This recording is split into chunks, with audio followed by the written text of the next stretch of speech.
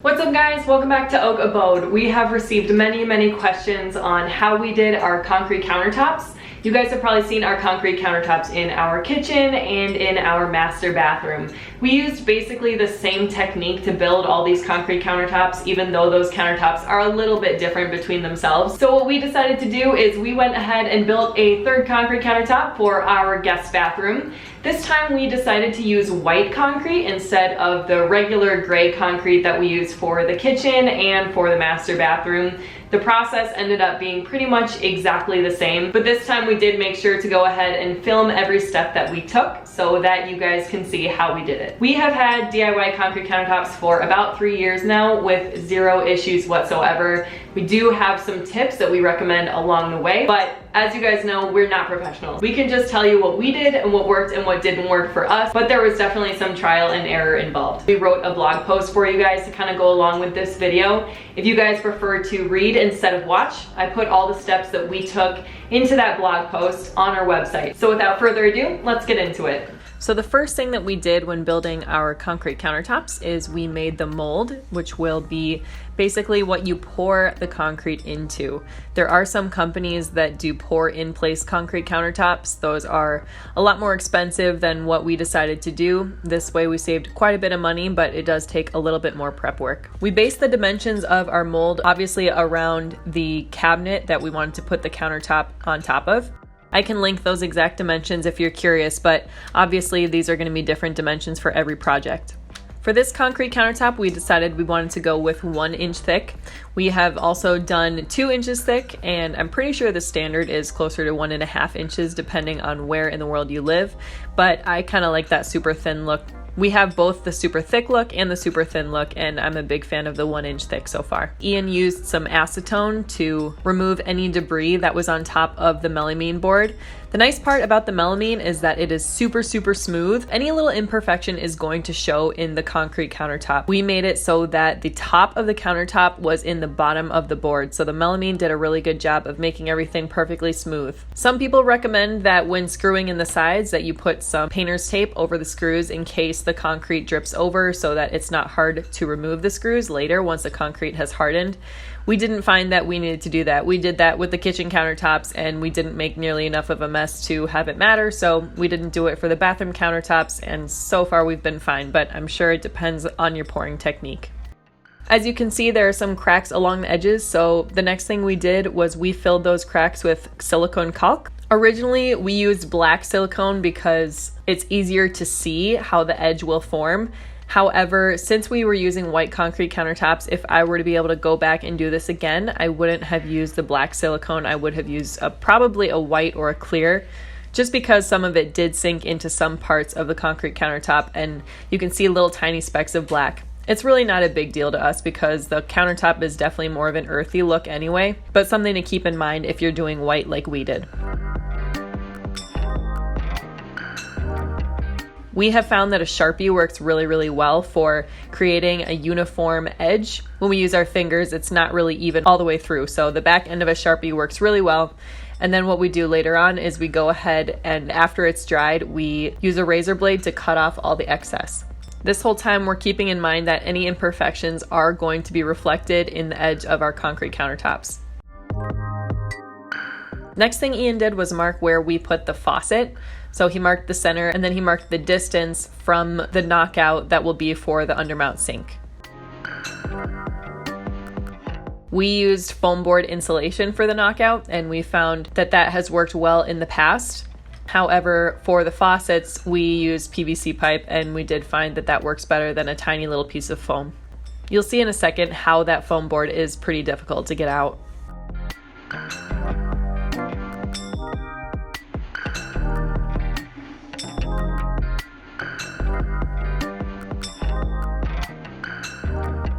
We weren't too worried about the extra silicone around the faucet knockout, since most of it is going to be covered by the faucet anyway. So this is kind of what it looked like before we were ready to pour. We gave the silicone about 48 hours to dry before we cut it off and poured, and that's because we have made some mistakes in the past where we didn't let the silicone dry quite enough and we got really crumbly edges with the concrete. So that's one of those mistakes we've made that I'm going to put in the next video with all the things not to do when building concrete countertops. This part's kind of tedious, so I did help out.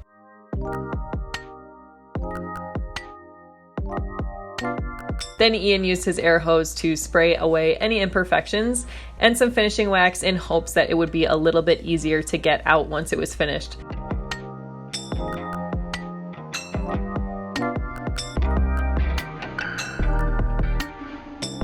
It was very important to level the mold before pouring the concrete, because if that mold isn't level with the ground, the countertop itself isn't going to be level, which would be extremely frustrating when we went to install it. So I guess he just used some wood shims for this.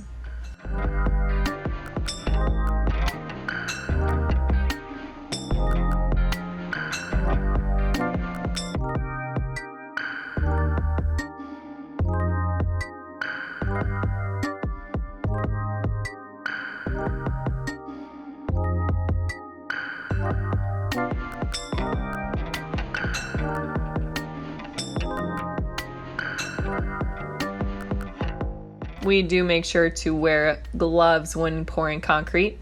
Since we were only doing a 1-inch thick countertop, we decided to add some glass fiber mesh reinforcement. The mix itself said that we didn't need to do this. However, we have had some bad luck in the past when we didn't add them, so we figured we'd rather be safe than sorry. We have found that there is a steep learning curve to mixing concrete. Ian's had a lot more practice than I have, but he's still not perfect at it. So we found that the elements will change exactly how much water we need to add, but fortunately this one did work out for us.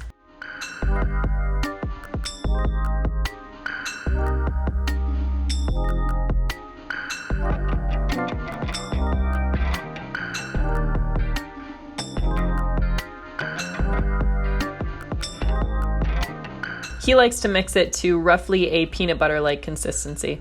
This is a white concrete countertop mix from Menards. We have used both Quikrete white concrete countertop mix and regular concrete countertop mix from Menards, and we haven't noticed much of a difference in any of them.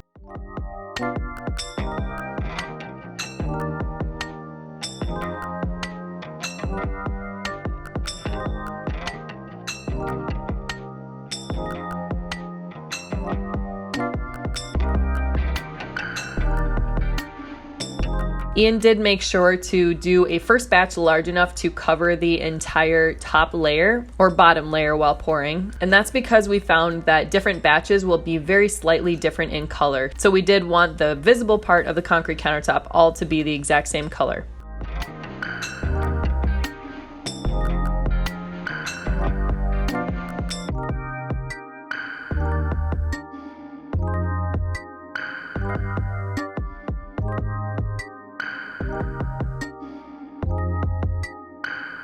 One of the most important steps we have found is vibrating the concrete after pouring it. We've found that it helps to spread out the concrete a little bit, as well as remove all the pockets of air that form while mixing and pouring. Any little pockets of air that aren't vibrated out are going to show themselves in the form of little holes on top of the concrete countertops.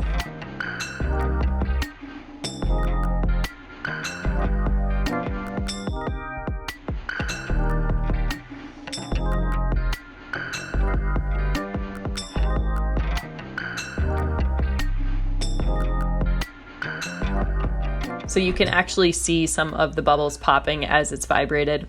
Historically, we have missed a few spots on our concrete countertops when it comes to releasing all the pockets of air. So all that we do is just rub in some slurry, and that's taking care of the air pockets that we missed in the past, but it definitely helps to get as many out as possible.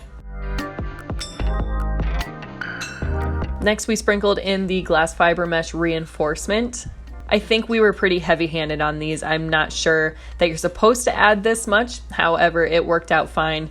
The biggest thing we wanted to be careful of was not pressing it far enough down or close enough to the edges where you can see little sparkles after the concrete dries. And then we just sort of repeated this process of mixing, patting, vibrating, and adding a little fibermesh reinforcement to prevent any risk of cracking or breaking.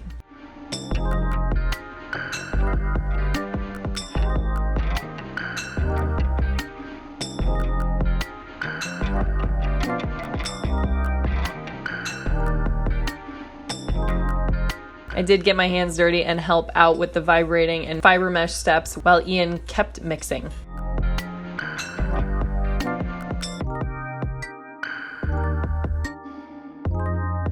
I think this whole pouring process took us less than an hour. This was a pretty small countertop. With some of the bigger ones, especially when they were 2 inches thick, it took maybe a little bit longer than an hour, maybe an hour or two.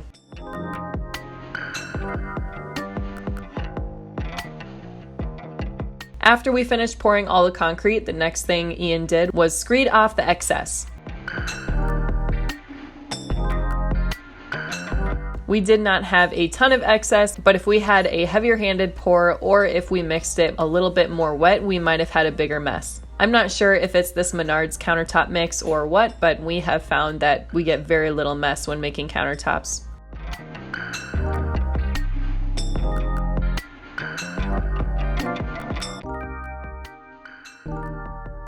He also made a little concrete planter in the process. We got this silicone mold off of Etsy, so that actually worked really well.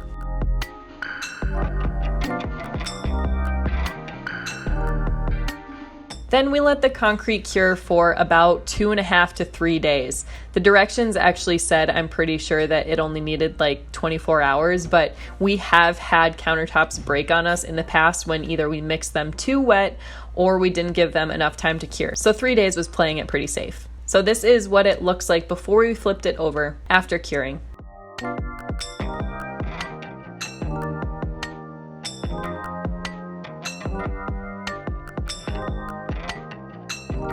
I'm not sure why, but this time this foam sink knockout was really hard to remove. You're going to see what a pain it was in a second.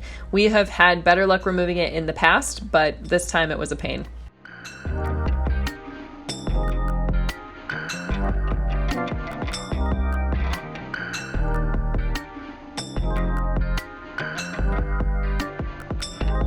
We tried to flip it over and take it off, but we actually weren't able to because of the foam knockout. So we went back, turned it over, and had to take out that knockout piece by piece. Again, it has slid right off in the past, so not sure why we had to go through all that extra trouble.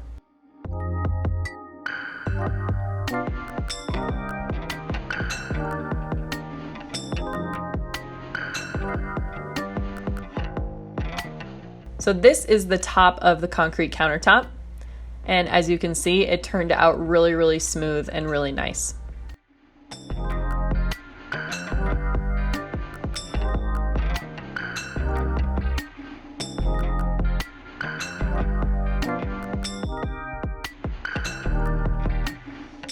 Taking off the silicone was a huge pain in the butt, but eventually we were able to get it all off. We did have to bring in some sandpaper to sand down the edges to be a little bit smoother and to get the rest of that silicone off. This is probably where having white silicone instead of black would have made it a little bit easier to clean up.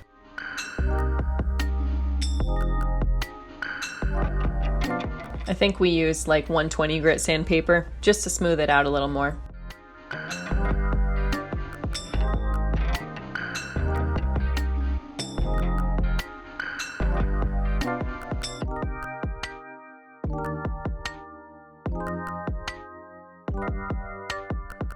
Finally, we have found one of the most important steps is sealing that countertop.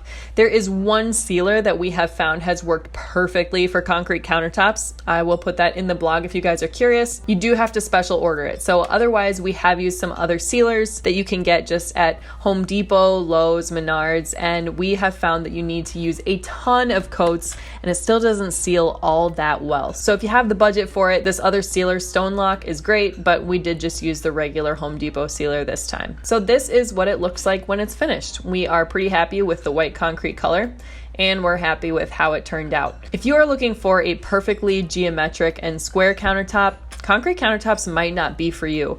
Personally, I'm a huge fan of the organic kind of sand and stone feel to concrete countertops. And of course, I love that we can save a ton of money by doing them ourselves. We haven't found that they need any more upkeep than regular countertops. In fact, maybe a little bit less than what we have had to do with granite countertops so far. And they do have a little bit of character, obviously, with some of the pockets and scratches that you get along the way. But that's something that personally I love. We did try a few new techniques with this concrete countertop. We strayed from the original directions a little bit and it didn't always pay off. So actually the first few concrete countertops we did for this countertop did not go so well. So what I'm gonna do is release a video in a few weeks showing you guys the mistakes that we made along the way so that you guys don't have to make those mistakes yourself. But we did find that when we use these tried and true techniques and didn't try to take any shortcuts, we didn't have any problems with this concrete countertop or the kitchen or the master bathroom countertops. If you guys have any questions, feel free to leave a comment below. I do my best to get to those from time to time, or the community can always help you out as well. If you're not already following us on Instagram, our Instagram handle is oak_abode. And if you guys aren't already subscribed to our channel, we would love if you would subscribe so that you can join us in the future. And like I said in the beginning, we did write a blog post with every step that we took for not only this poured concrete countertop, but all the other poured concrete countertops we've done in our home. We didn't find a huge difference between the white concrete and the regular concrete. So if you guys want to have those steps in the blog post in written form, you can just click on the link in the description to head to our website, and that will take you to the written form of this video.